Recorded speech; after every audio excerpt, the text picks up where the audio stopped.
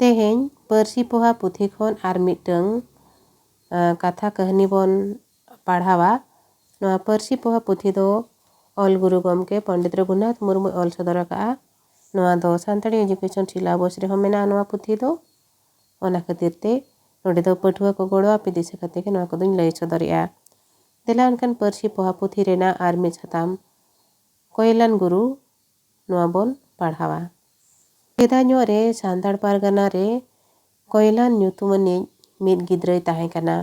उन जोहो दो नोंका दो बाको ओलोग कान ताहे कथा दो आंजम बाड़ा काते गेको सेचेदोग कान ताहे। कोयलान गिद्रा दो होड़ को जहाना गेको गाल ओनागे मिद मनेते आंजमा आदो आज सुमुंग रे दो ओना कोगे उइहर बाड़ा जोंगा आर जहाँ तीन करे दोय सेरेñ बाड़ा गोदा। होड़ को दो को मेना कोयलान गिद्रा दो नहा ए कोंका चो चेद चो। कोयलान गिद्रा ओनका तेगे हरा इदीना कोड़ा खोने लाहा इदीना कथा को हो अड़ी उस्ताये चेद केदा। होड़ को अड़ी को सारहाव केदिया। कोयलान आज ए हाड़ा मोते दो होड़ होपोना गाम कहनी एने सेरेñ राय रीत बोंगा बुरु एमान लाक्चार रेना जोतो लेकान कथाय लई दाड़ियादा। इना सुर होड़ को दो उनी दो गुरु को मानाव केदिया। उन जोहो दो नवा दिसोम दो साहेब हपन को गोबोले ताहे काना। साहेब को होड़ होपना कथा को बाड़ाय जोंग लगिद को रिका किया। तीनिन साहेब होपन दो होड़ होपना रोड़ हो अड़ी भागी को चेद किया आदो कथा ᱧᱟᱧᱟᱢ को छुटवेना। मेनमा ओकोय ठेन हो पुरव सही कथा दो बाको ᱧᱟᱢ दाड़ियादा।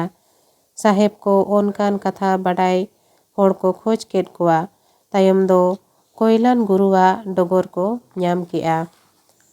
साहेब को दो आदो कोयलान गुरु साव को ᱧᱟᱯᱟᱢᱮᱱᱟ।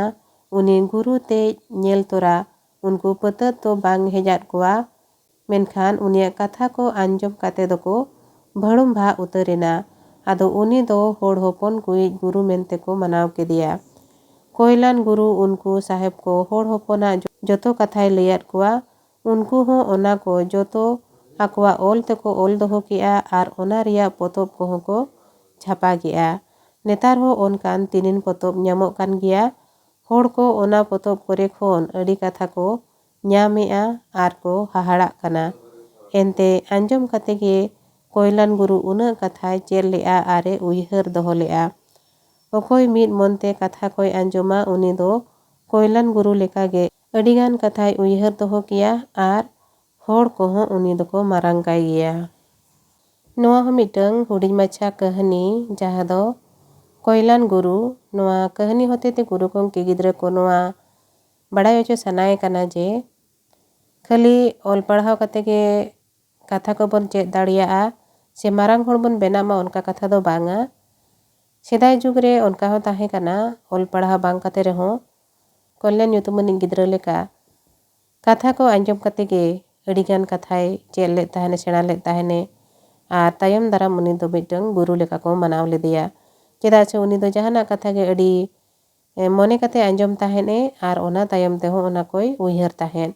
उनका उनकाते उनी दो सावता रेना कथा को लेकान लेकान लई लक्चर कथा को आंजम काते गे ठिका दोहो लेआ आर तायम दाराम दो उनी दो गुरु लेका को मनाव लेदिया। आदो ओनाते नोडे गुरु गमके नोआ मेन सनाए काना जे खाली ऑल पढ़ाव काते गे मारांग होड़ेम बेनामा उनका कथा दो बांग काना। ऑल पढ़ाव बांग काते हो जहाँ नापाय कथा को आंजम काते हो जुदी ओना आमेम ठिका दोहो दाड़ियाआ ठिका दोहो काते ओना आम तायम दाराम होड़ेम लई दाड़िया कोआ इनखान दो होड़ आम गुरु लेका हो को मनाव दाड़ियामा आर मारांग होड़ लेका हो को गुण मनाव मिया। नोआ कथा गे नोआ कोयलान गुरु कहनी खन दो गुरु गमके आबो सेचेद एमा आबो काना। मानखान नोआ हो निनंगिन लईआ नोआ हो पढ़ाव काते नोआ रेना मेनेत को नापाय सही बुझाव ᱧᱟᱢᱚᱜ कान गया ओनाते दोहड़ा दो बई लईआ। मानखान तेहेñ दो निनंगे सनाम को गे आयमा सारहाव आर जोहार।